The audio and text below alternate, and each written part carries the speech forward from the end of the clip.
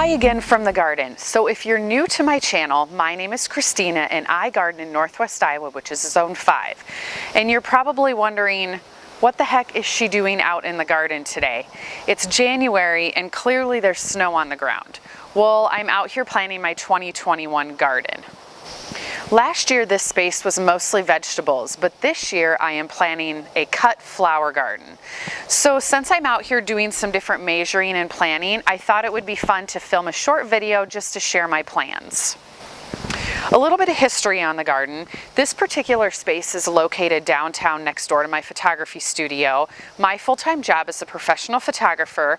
I purchased this building about 5 years ago, and since then I have had various raised bed and landscaping that I've filled with different annuals to use for photo shoots. I've had sunflowers, daisies, echinacea, zinnia, but last year was the first year that this entire space was a garden. Most of it, like I said, was vegetables, but I did have some spaces where I planted different perennials and flowers from seed. I grew a lot of sunflowers, I grew a lot of zinnias, and then I also had hydrangeas, daisies, rudbeckia, I had yarrow, Russian sage, so just kind of a variety. This year I want to focus on cut flowers, which I hope to sell as bouquets, either at our farmer's market or here in the garden itself. Let me turn the camera around and show you the space that I'm working with. So this is the space that I'm working with. The entire lot is about 1,700 square feet. And as I'm describing it, I'll throw some images up on the screen so you can see what it looked like last year. But this middle area, you can see I have a vintage chair down there from a photo shoot. This middle area was all vegetables last year. And then against my building over there is where I have a 20-foot by 6-foot raised bed that I had filled with various perennials and annual seeds. And then to the right of that, there's a landscaped area that was mostly daisies. And then to this side, this is a long flower bed that is 6 foot deep. This was all planted with zinnias last year. During the summer it gets mostly sun. Towards the fall there is some shade, but I'll probably put zinnias here again this year. So we're looking east right now. This part of the fence I have a few berry bushes, and then back in this corner is where I'm going to have my dahlia patch at. So if we look in this corner of the fence, there's a flower bed there that's 5 feet deep and 15 feet long. That is where my dahlias are going to be planted this year. And then in the corner, this is a little lean-to that comes off the back of my studio. There's a cement patio there. I plan to put a door in there so I can go directly from that little lean-to that's I call my garden shed.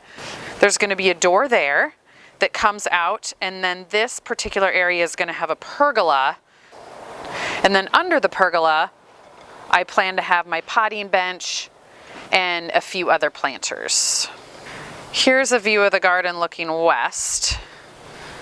Not really impressive this time of year, but it's a great space in the summer. This is a space that's on the outside of the garden. I have quite a few perennials planted in here already, but most of it is open space that I plan to utilize for more of my seedlings this year as well. In here so far I have quite a few echinacea. I had a lot of hollyhocks planted last year. I had some bee balm, I have Russian sage, and I have quite a bit of rudbeckia. So that's pretty much everything there is to see out here today, but let me take you inside and show you my new seed starting station for the winter. Okay, so I'm down in my basement now, so let me show you my seed starting setup that I have for this year. Last year, all of the cut flowers that I grew were either perennials or direct sown for seeds. The only seeds that I actually started last year were vegetables, and so this year I have a much bigger seed starting setup. So this is a shelving unit I have.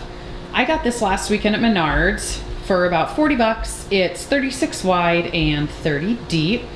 It's 5 shelves. The top shelf I won't be using though. That'll just be storage. This shelf I'm trying to flatten my grow mats, so just ignore those mason jars.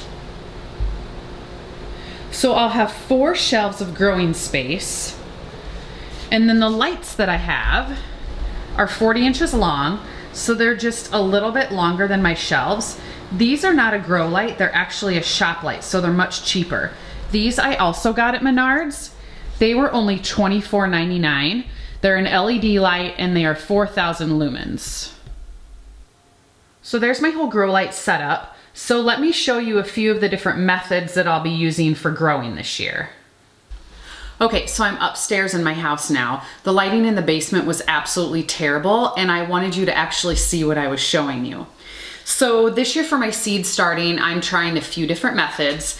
The main one that I'm going to be using is the same one that I used last year.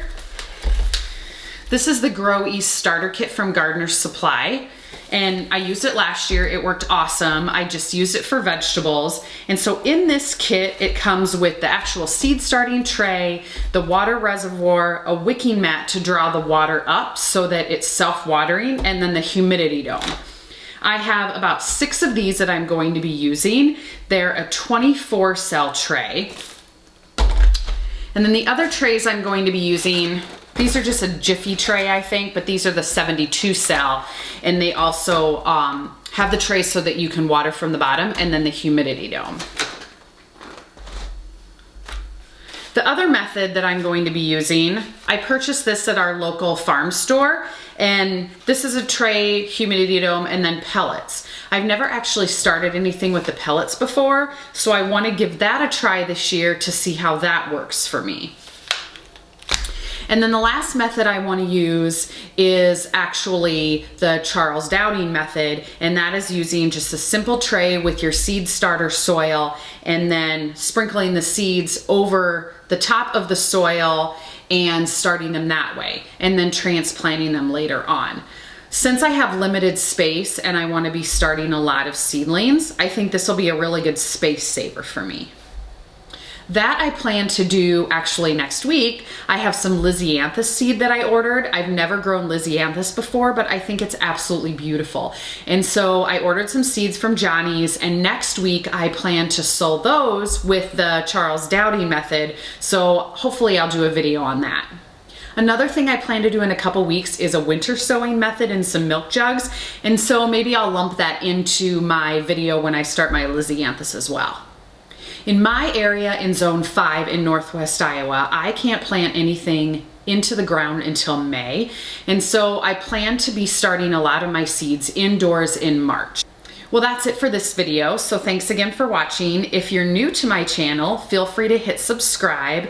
With this being my first official year for growing cut flowers, I plan to document my entire journey, sharing it on YouTube and Instagram. So stay tuned.